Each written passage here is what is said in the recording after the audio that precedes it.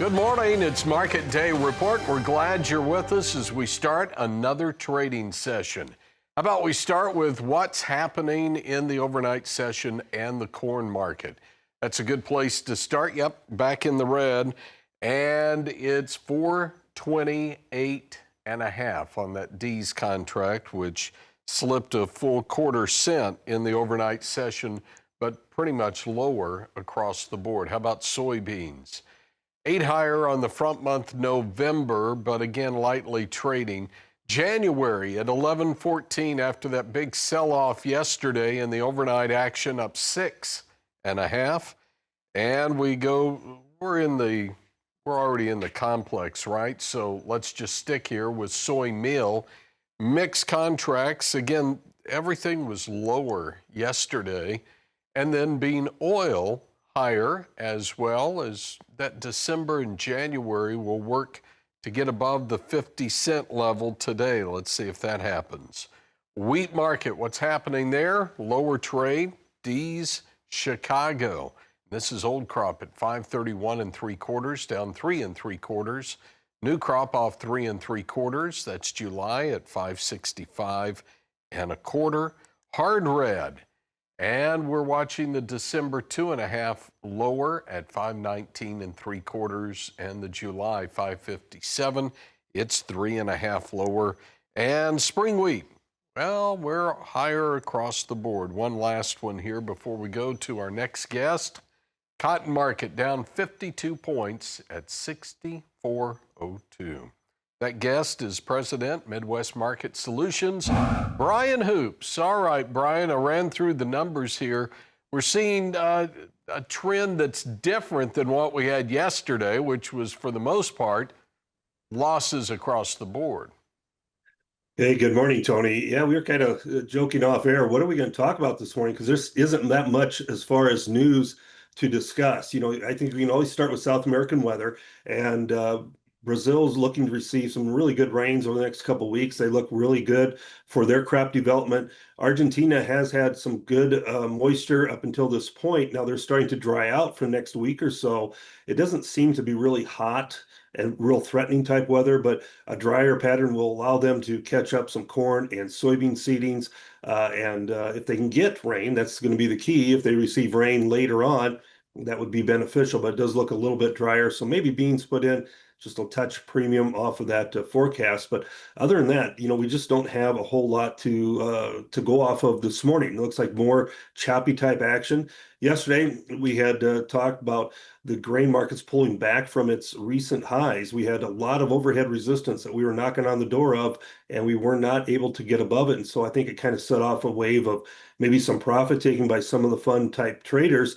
And there also was some talk yesterday about the Supreme Court rulings, and a lot of concerns that if the Supreme Court rules against President Trump and his tariff policy, that we could see a lot of these foreign countries that have signed trade agreements to remove or reduce their tariffs kind of renege on their agreements, because the leverage will be gone to have agreement in place. So all it would take is one country to renege on their agreement, and that if it would be China, all the other ones will follow, and that would be a real disaster for the policies that have been in place in the trade agreements. So, we've certainly rallied a great deal in the soybean market, and to a lesser extent corn and wheat, based off of China and this trade agreement. We went well over $1. We could give back a large portion of that if the Supreme Court does in fact rule against President Trump. That would be really detrimental. What's interesting is how many of our conversations about things that will move the market are not really fundamental to the actual supply and demand of a crop anymore. And it's just interesting to me that sure, that supply demand is important, but there's so many other things outside of the key components, if you will. Brian, hang on just a moment. Speaking of that, a perfect example is the livestock markets, and we'll talk about those in a moment. This is Market Day Report. 228, 230, 232. What numbers are those? Sounds like I'm a quarterback calling plays, right? Well, I don't quite look like a quarterback either. But we're talking cash trade. How about the 232? That was Texas and Kansas, and that was $3 to $4 lower than the previous week.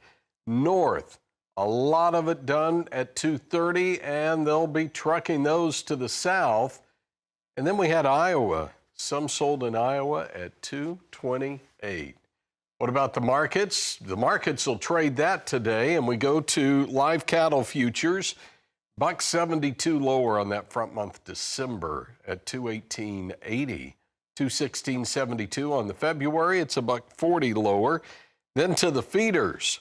Now feeders have really taken it on the chin this week with one day where we traded limit lower.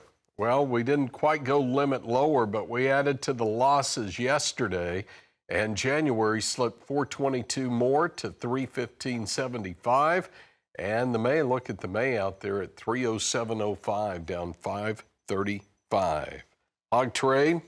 Hogs have been struggling as well with sub 80s on December and February. Brian Hoops, president, Midwest Market Solutions. Is today the day that the livestock markets can just tap the brakes, maybe?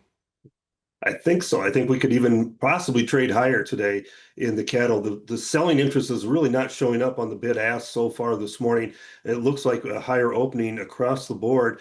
And, somebody probably has a better memory than I do, but I think the last time we saw limit down in feeder cattle, we saw live cattle kind of trade lower in sympathy, but then they were the ones that wanted to trade higher.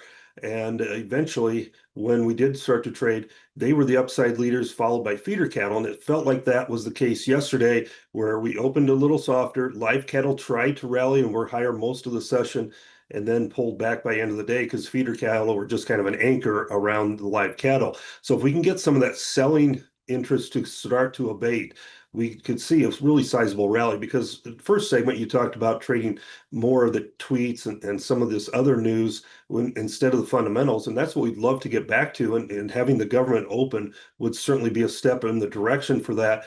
But you look at where the November feeders are compared to the lean or feeder cattle index, we're $22 or $23 discount to that index.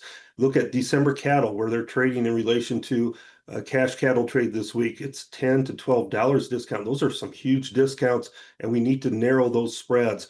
Anytime you see these type of discounts, usually that's a very bullish situation. So I think you're looking at some sort of a pretty big recovery. If we can get the funds to stop the selling and that can subside, we could see a very sizable rally in this futures market. All right, and quickly, let's run through the equities: Dow, NASDAQ, S&P, and any thoughts here on the equity side? Yeah, we continue to pull back in the Dow and the equity markets, the S&Ps. Seasonals do turn higher here for the S&P futures, so we would expect to see some sort of a rally again. It looks like more of a correction, and it could be tied to a lot of different things. But I think overall, there's still more to like about the economy than there isn't to like, and I think we will see that market turn back once again back to the plus side. All right, and that's what's happening with the equity markets. And Brian Hoops, President, Midwest Market Solutions. All right, Tony, thank you. It's going to be interesting to see how these markets are going to be opening.